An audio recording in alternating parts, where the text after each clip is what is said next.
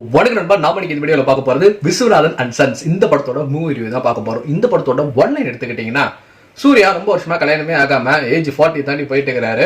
So ராதிகாக்கு இது ரொம்ப பெரிய வருத்தமா இருக்கு. எப்படா நம்ம போய் கல்யாணம் பண்ணி போறோம் அப்படின்ட்டு நினைச்சிட்டு இருக்கிற இந்த சமயத்துல தான் திடீர்னு ஒரு ஃபாரின் டூர் போயிட்டு ரிட்டர்ன் வரும்போது ஒரு குழந்தையோட வந்துடுறாரு. என்னடா குழந்தை என்னடா அப்படின்னு கேட்டோம் அப்படின்னா, இது வாடகை தாய் மூலமா வந்துட்டு பெற்றுக்கிட்ட குழந்தை, இது நம்மளோட குழந்தை தான், நம்மளோட வம்சத்தோட தான், இந்தாங்க வச்சு ஜாலியா வளங்க அப்படின்றாரு அம்மா கிட்ட. ஸோ திடீர்னு அந்த குழந்தைக்கு உடம்பு சரியாம போக, இது அந்த வாடகை தாய் இருக்காங்க அவங்களே வந்தால் தான் சரியாகும் அப்படின்னு டாக்டர் சொல்ல, திரும்ப அந்த வாடகை தாய் தெரிய ஃபாரின் போறாங்க. அதுதான் நம்ம மமிதா பைஜு.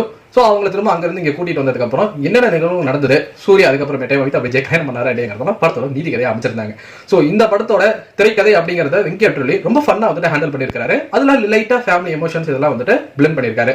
சூர்யா இந்த படத்துல வந்துட்டு லெஃப்ட் ஹேண்ட்ல டீல் பண்ணிருக்காரு. இந்த மாதிரி ரோல்லாம் அவர் முன்னாடி வந்துட்டு ஏகப்பட்ட படங்கள்லாம் வந்துட்டு நடிச்சிருக்காரு, ஒரு ஃபேமிலி என்டர்டைனரா சொல்றேன். ஸோ அந்த மாதிரி ஒரு கதாபாத்திரத்துல சூர்யாவை பார்க்கும்போது ஒரு பிளசண்டா இருந்ததுன்னு சொல்லலாம்.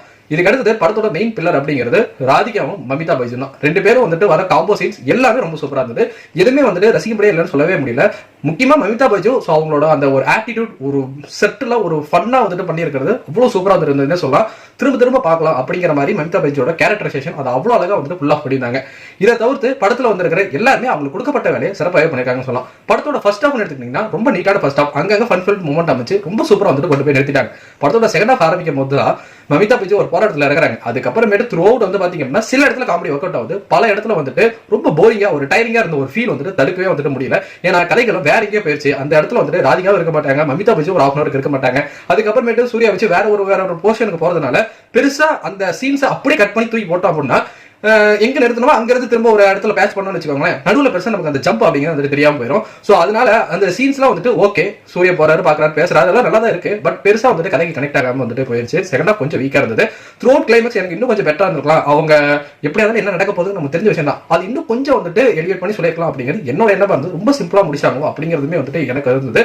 மொத்தத்துல எனக்கு இந்த விஸ்வநாதன் சென்ஸ் ஒரு ஒன் டைம் வாட்ச் உள்ளான ஒரு பிளசண்டான மூவியா இருந்தது.